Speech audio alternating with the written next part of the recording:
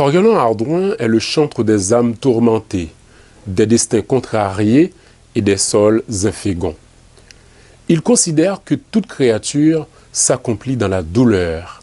Sa propre vie n'a été qu'une suite de malheurs et de drames. Mais son œuvre, germée dans les pleurs au milieu des nuits noires, met la vie à nu et montre le néant de l'existence. Coriolan-Ardouin, sa vie, son œuvre, tout de suite.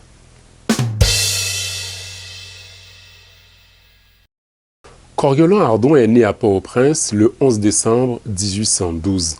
Au moment de sa naissance, son frère de 2 ans agonise dans une chambre à côté. Enfant un peu attardé et sujet à des convulsions nerveuses, les médecins recommandent de ne lui imposer aucune tâche physique tellement il était fragile. Il n'a pu commencer à fréquenter l'école qu'à l'âge de 7 ans et c'est sur les bancs de l'école qu'il se lie d'amitié avec Ignace No, autre figure littéraire célèbre de l'époque. À 15 ans, il voit mourir coup sur coup son père, sa mère et sa sœur aînée. La douleur a, dès son plus jeune âge, façonné son caractère.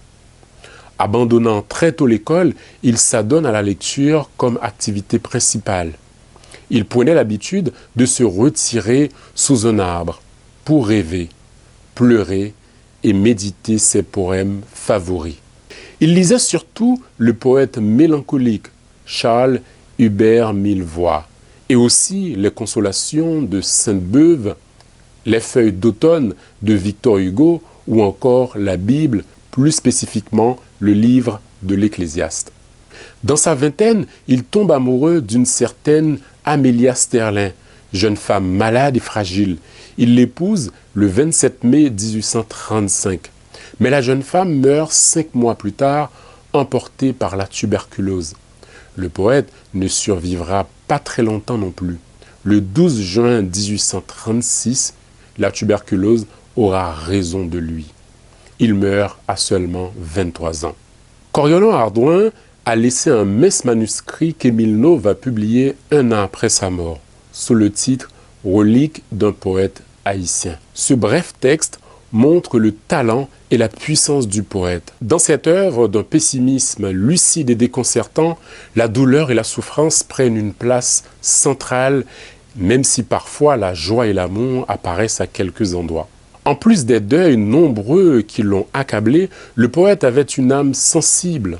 Pour lui, la vie a un goût de fiel. Voici ce qu'il a confié, par exemple, à son ami Ignace No. « Ah, lorsque la douleur comme un cancer nous ronge, quand le dard des soucis, hélas, dans nos cœurs plonge, et que notre avenir en un pâle lointain s'obscurcit à nos yeux ou vacille incertain, attendons qu'il nous luise un rayon d'espérance.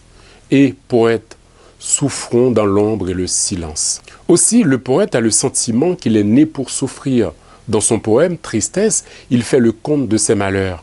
« Oh, si mon cœur est plein de larmes, d'amertume, comme une onde de sable, ou comme un ciel de brume, c'est que je n'ai connu que peine et douleur. C'est qu'enfant, je n'ai bu qu'un lait mêlé de pleurs.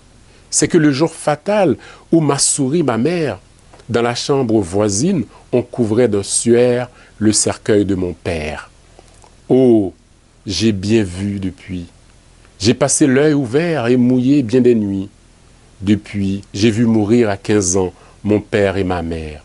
Tout le miel attari reste l'absinthe amère. » L'idée de la mort le hante et son désespoir est tel que sa pensée incline vers le néant.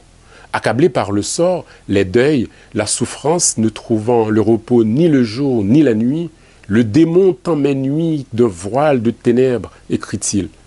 Coriolan en vient même à désirer la mort comme une délivrance. Alors c'est le repos éternel et sublime. Alors c'est le bonheur, écrit-il.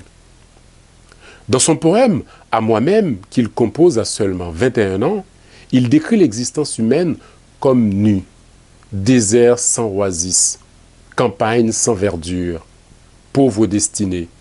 Moi, j'ai le sort de ceux qu'on voit sur cette terre traîner de tristes jours, vrais boulets de galère. jusque à leur tombeau. Coriolan Hardouin n'a pas connu que des peines.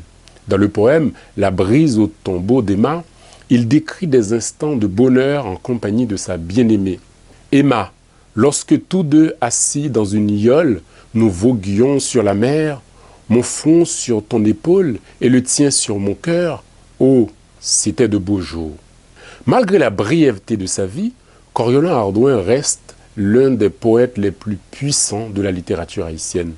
S'il n'a pas le génie de Léopardi ou la puissance de Lamartine, il reste tout de même un géant, un grand poète qui a compris très tôt le néant de la vie et la vanité de l'existence.